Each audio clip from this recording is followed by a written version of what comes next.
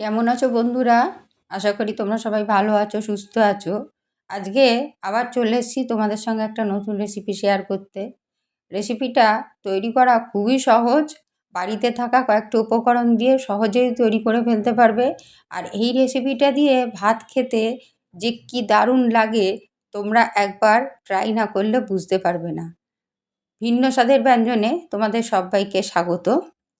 আজকে তোমাদের সঙ্গে শেয়ার করব পেঁয়াজ পাতুরি বা পেঁয়াজ পোস্ত, যা হোক তোমরা নাম বলতে পারো। প্রথমেই আমি দেখো 500 গ্রাম পেঁয়াজ এইভাবে ভালো করে কুচিয়ে নিয়েছি। এটাকে আমি তেলে দিয়ে সামান্য পরিমাণে একটু নুন দিয়ে চাপা দিয়ে হতে দেবো। এইভাবে পেঁয়াজ পোস্ত করে খেলে সমস্ত ভাতটাই এইটা দিয়ে খাওয়া হয়ে যায়। শুধু ভাত নয়, রুটি দিয়েও তোমরা এটা খেতে পারো। খেতে কিন্তু ভীষণ ভালো লাগে। পেঁয়াজটা মোটামুটি আমার লাল লাল হয়ে এসছে।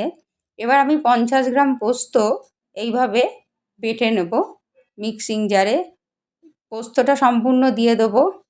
লবণটাও আগে দিয়ে রেখেছি, পরে সামান্য পরিমাণে একটু লবণ দেবো। আর দিয়ে দেবো একটু গুঁড়ো লাল লঙ্কা আর হলুদ গুঁড়ো। পোস্তর বাটিটা ধুয়ে সামান্য পরিমাণে একটু জল আমি দিয়ে নেব। একটু কষে নেওয়ার পরে তারপর আমি কাশ্মীরি রেড চিলি পাউডার একটু দেব।